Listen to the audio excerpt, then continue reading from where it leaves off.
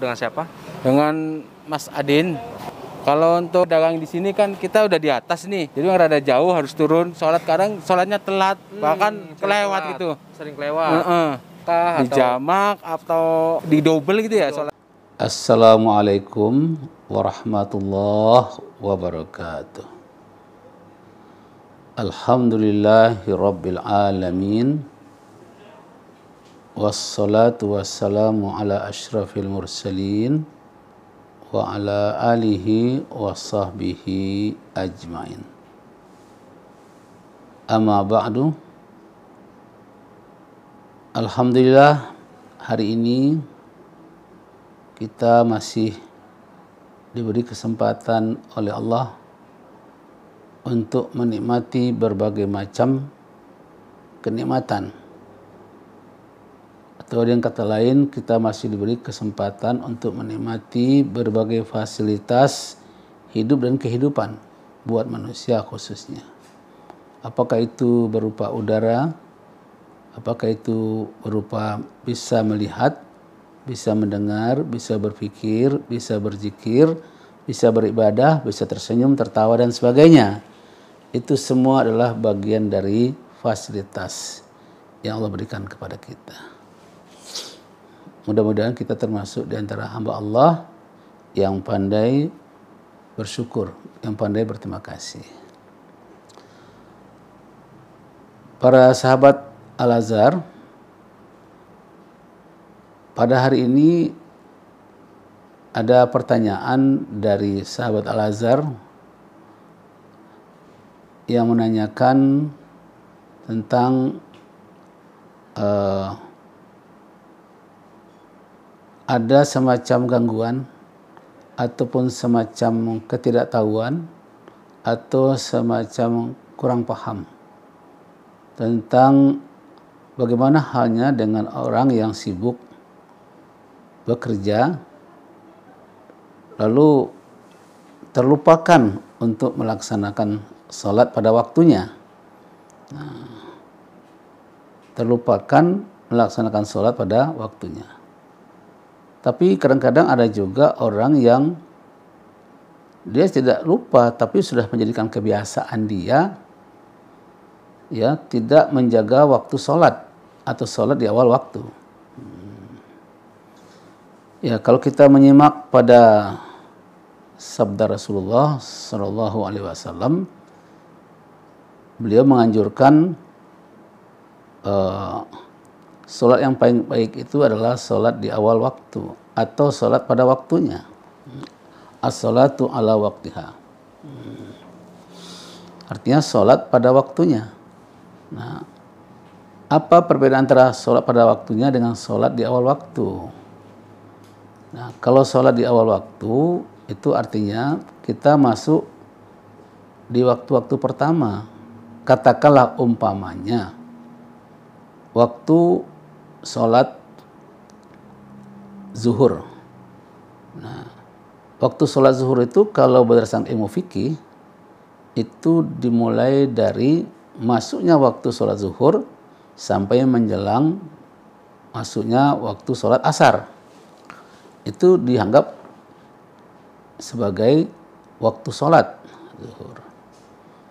Nah, kalau di awal waktu itu berarti ya katakanlah sholat zuhur itu umpamanya jam 12, seperti hari ini jam 12:09.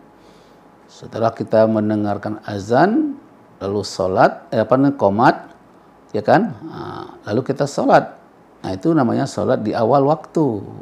Nah, mana yang bagus di antara keduanya ini? Banyak ulama yang mengajarkan ataupun juga dari Nabi mengajarkan yang bagus itu di awal waktu. Ya, dengan catatan apabila memang kita ada kesempatan yang baik untuk itu dan ada kemauan untuk itu. Nah, tapi kalau datang waktunya di awal waktu itu sementara kita sedang ada kesibukan, yang kesibukan juga katakanlah syar'i, katakan kita mengajar nih, sedang mengajar, sedang ceramah gitu. Nah, yang diajarkan itu juga agama atau membaca Quran. Tahu-tahu kedengaran azan. Nah, kita masih membutuhkan waktu katakanlah 10 atau 15 menit untuk itu. Sehingga berpotensi kita tidak sholat di awal waktu, tapi tertunda. Namun masih di waktu sholat. Nah, seperti itu.